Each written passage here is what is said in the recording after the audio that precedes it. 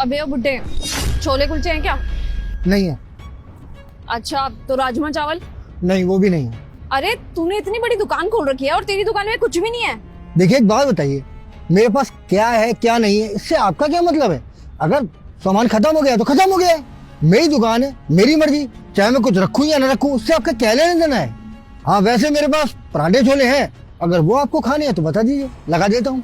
हाँ चल पराठे छोले ही लगा दे। कितने रुपए प्लेट है? 200 रुपए। 200 रुपए प्लेट है? जी हाँ, आपने बिल्कुल सही सुना, 200 रुपए प्लेट है। आपको खाने हैं या नहीं अब बता दीजिए। अरे तेरा दिमाग खराब है क्या? अगर 200 रुपए प्लेट में यहाँ से खाना खाऊंगी, इससे बढ़िया तो किसी रेस्टोरेंट में जाकर के ना खा लूं। कम से कम वहाँ पे छत भी होगी और बैठने के लिए अच्छा इंतजाम भी होगा। तो ठीक है, जाइए ना किसी होटल में, किसी रेस्टोरेंट में। मेरे पास क्या करने आए? क्या मैंने आपको बुलाया या रोका है कि आपको यही खाना है? मैं तो आपको बोला नहीं कि आप आइए मेरी रेडी दिखाइए। अरे आप खुद चल कर आइए। बड़ा ही बदतमीज है तू तो। अगर तू इसी तरीके से काम करता रहा ना तो कोई भी नहीं आएगा तेरी दुकान पे। समझ में आया तुझे? कोई कस्टमर मेरी दुकान पर आए ना आए, मेरा काम चले ना चले, इससे आपको क्या दिक्कत है? ये मेरी सरदर्दी है, आपका क्या लेना देना?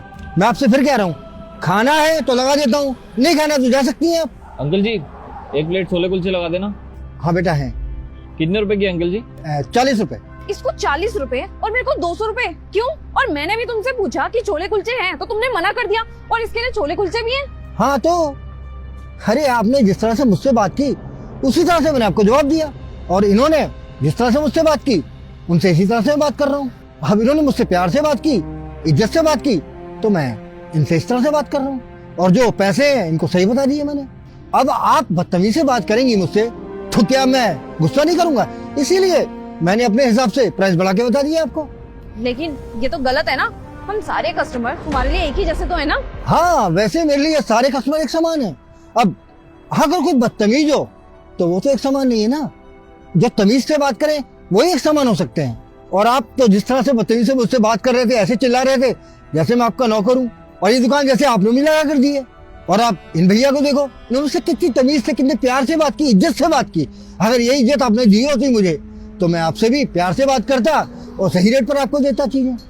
एक तो आप अच्छे समझ लीजिए, मैं आपके लिए काम नहीं करता, अपने लिए काम करता हूँ। और ना आप मेरे घर का खर्चा चलाते हैं, मुझे पैसे देते हैं जो मैं आपकी बदतमीजी सहन करूंगा। और आप ऐसे बदतमीजी से जिस अंदाजे में मुझसे बात कर रही थी ना, तो मेरी मर्जी, मैं आपको जो रेट बताऊं। देखिए ये दुकान मेरी है, मेरी मर्जी से चलेगी। मैं किसी का नौकर नहीं हूँ जो हर किसी की बात सुनता रहूं। तो सॉरी अंकल, मेरे से गलती होगी। देखिए मैडम जी, बात सॉरी की नहीं है, बात इज्जत की है। और मैडम जी, इंसान पैसा इज्जत के लिए कमाता है ताकि लोग उससे इज्जत से बात करें, उसे सम्मान दें, ना कि बेइज्जत करें, बदतमीजी से बात करें। लेकिन आप जैसे लोगों में तो अलग ही तरह का घमंड होता है। और आप जैसे लोग तो किसी बुजुर्ग की इज्जत भी नहीं कर सकते, हर किसी से बदतमीजी से बात करते हैं, हर किसी को नीचे दिखाने की कोशिश करते हैं। क्या ये सही है? हाँ अंकल, मेरे को समझ में आ गया मेरी गलती। आपने मेरे को आज बहुत अच्छी सीख सिखाई। अब मेरे को कम से कम ये रहेगा कि मैं आगे किसी से ना इस तरीके से बदतमीजी से बात नहीं करूंगी। प्लीज मेरे को मेरी गलती के लिए माफ कर दो। और हाँ, मेरे लिए भी छोले कुलचे लगा देना। क्या मैडम, क्यों नहीं खिलाऊंगा, इसलिए दुकान खोल के रखी है, अभी लगा देता हूँ। और अंकल जी कितने रुपए में? अरे मैडम जी, जो रेट इनके लिए वही आपके लिए 40 रुपए। और अगर आप प्यार से बात करेंगी तो मैं आपको फ्री में भी खिला सकता हूँ।